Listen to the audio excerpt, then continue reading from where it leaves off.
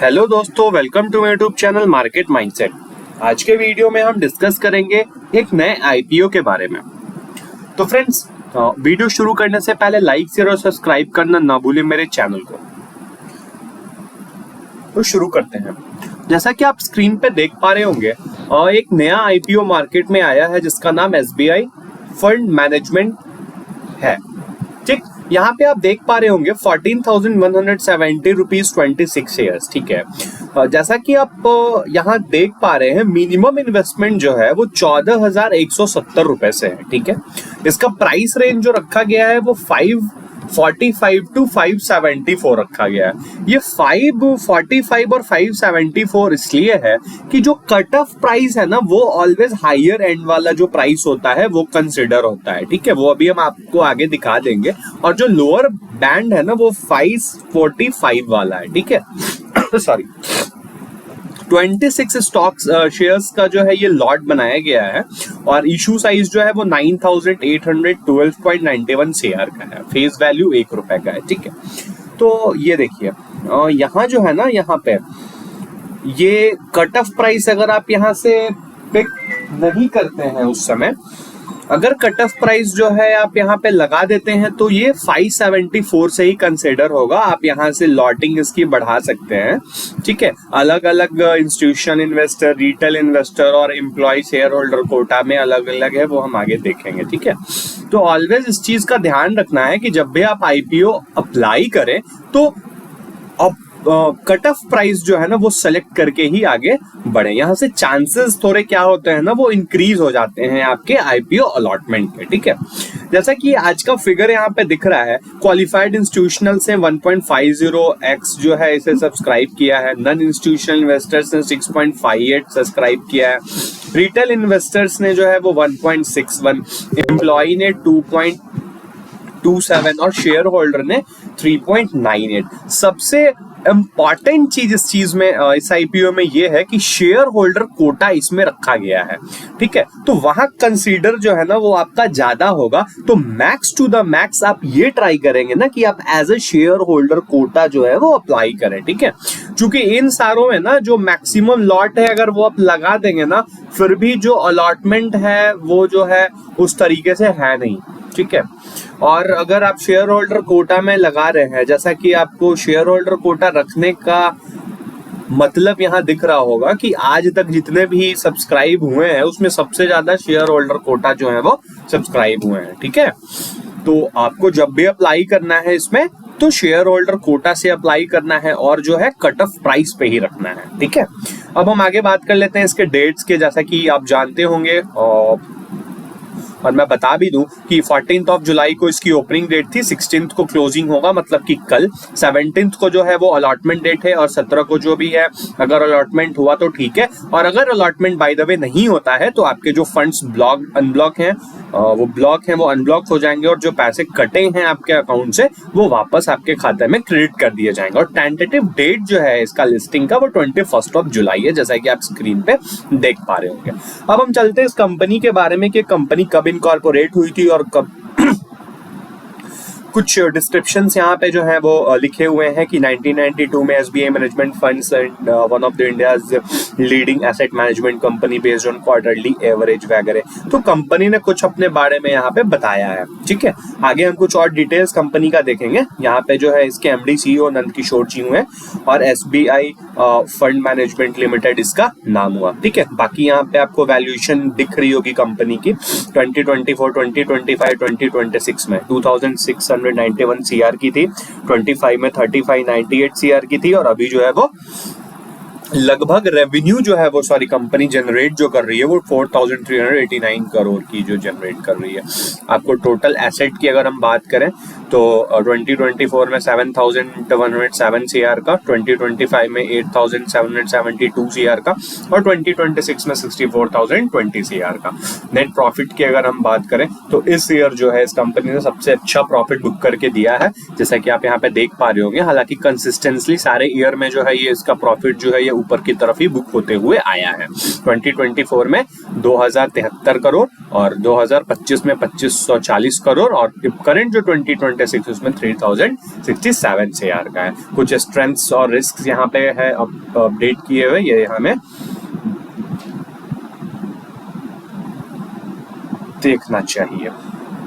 Strength और risk में जो सारे फंड्स आईपीओज में कुछ उनके की स्ट्रेंथ्स होते हैं और कुछ रिस्क होते हैं, तो यहाँ पे कंपनी ने मेंशन किया हुआ है। और हम कुछ इंपॉर्टेंट डेटाज अगर देखते हैं तो हमें ये देखने को मिलता है कि अगर हम कंपैरिजन करते हैं, ठीक है, एसबीआई फंड मैनेजमेंट जो अभी आईपीओ आने वाला है उससे लेकर के जो ऑलरेडी मार्केट में कंपनियां लिस्टेड है जो यही काम कर रही हैं, तो उसके बेसिस पे अगर हम यहाँ पे देखते हैं तो आईसीआईसी प्रूडेंशियल का AMC, HDFC AMC, Nippon life asset, Aditya Birla का है, यूटीआई एएमसी और कैनरा रेबोको। ठीक है, तो जैसा कि हम सीएमपी करंट मार्केट प्राइस देखें जैसे कि 574 के लगभग यहाँ हमें दिख रहा है, तो 574 का है, रेवेन्यू 4389 करोड़ का है, नेट प्रॉफिट जैसा कि अभी हमने देखा। ठीक है, तो अगर हम यहाँ कंपैरिजन करेंगे ना तो सारे लगभग उसी रेंज के जो है वो प्रॉफिट्स और रेवेन्यू हमें दिखेंगे। जैसा कि हम आईसीआईसी प्रूडेंशियल एएमसी की अगर बात करें तो 3182 का सीएमपी अभी है इसका, दैट्स कॉल्ड की करंट मार्केट प्राइस जो है, और बाकी जो है रेवेन्यू 5765 सीआर का है। ठीक है, और यहाँ पे जो है ये नेट प्रॉफिट 3298 सीआर की है। तो और अगर हम एचडीएफसी एएमसी की बात करें तो जो अभी करंट सीएमपी है वो 2731 का है, रेवेन्यू 4000 करोड़ के लगभग है और नेट प्रॉफिट भी 2859 करोड़ रुपयों का है। ठीक है, अगर हम नेट मार्जिन प्रॉफिट की बात करें तो आपको मार्जिन प्रॉफिट में सबसे अच्छा जो है वो अभी एसबीआई फंड दिख रहा होगा, एसबीआई 69.9, पी प्राइस अर्निंग की बात करें 38 है। अगर हम इस पूरी इंडस्ट्री का पी देखें तो अप्रोक्स 2 ठीक है, रेवेन्यू जो है 35 का है और आरओई जो है वो 43% का है। अगर हम ऑपरेशनल पैरामीटर्स पे यहाँ पे कुछ देखते हैं जिसमें हमें म्यूचुअल फंड्स का दिखता है, यहाँ इक्विटी ओरिएंटेड और इक्विटी ओरिएंटेड डिस्ट्रीब्यूटर्स और नंबर ऑफ यूनिक इन्वेस्टर्स दिखते हैं हमें। ठीक है, तो अगर हम इस पैरामीटर पे भी देखते हैं, अगर हम इसमें कैलकुलेट भी करते हैं तो हमें ऑन एन एवरेज जो है इसकी जो प्राइसिंग कंपनी लेकर के आई है 574 रुपीज, ये एक ऑथेंटिक प्राइस इस रेंज में हमें देखने को मिल रहा है। ठीक है, और अगर हम कुछ डिटेल्स की बात करें तो कुछ अच्छे और बड़े नाम जो है वो हमें देखने को मिले हैं एंकर बुक में, जैसा कि आप यहाँ पे देख पा रहे होंगे। एचडीएफसी म्यूचुअल फंड का अप्रोक्स 200 सीआर का है, आईसीआईसी प्रूडेंशियल म्यूचुअल फंड्स का 200 सीआर का है। ठीक है, तो एक आईपीओ का एंकर बुक देख करके ना उस आईपीओ का वैल्यूएशन किया जा सकता है। अगर उसके एंकर बुक में अच्छे और बड़े नाम है तो कहीं ना कहीं ये जो आईपीओ है ये बड़े फंड हाउसेस को और फंड मैनेजर्स को इम्पॉर्टेंट लगा है, इसलिए इन्वेस्टमेंट आई है। ठीक है, तो अगर एंकर बुक स्ट्रांग होता है तो ये पहला रूल है कि अगर एंकर बुक स्ट्रांग है तो वो आईपीओ भी स्ट्रांग है। ठीक है, जिसके वजह से आपको यहाँ बड़े नाम देखने को मिल रहे हैं, जिसमें आईसीआईसी प्रूडेंशियल म्यूचुअल फंड के 200 करोड़ है, कैपिटल वर्ल्ड के हैं, इनफैक्ट ब्लैक रॉक का भी नाम आपको दिख रहा होगा यहाँ पे 90 करोड़ में। ब्लैक रॉक खुद में एक बहुत बड़ा, सच में एक ब्लैक रॉक है। ठीक है, 90 सीआर। फिर आपको गोल्डमैन सैक्स एसेट मैनेजमेंट के भी 90 सीआर दिख रहे होंगे, कोटक महिंद्रा के भी दिख रहे होंगे। तो इसमें एक अच्छे बड़े एंकर बुक के लिए यहाँ पे आपको दिखाया गया है और अच्छे एंकर बुक देखने को मिले हैं।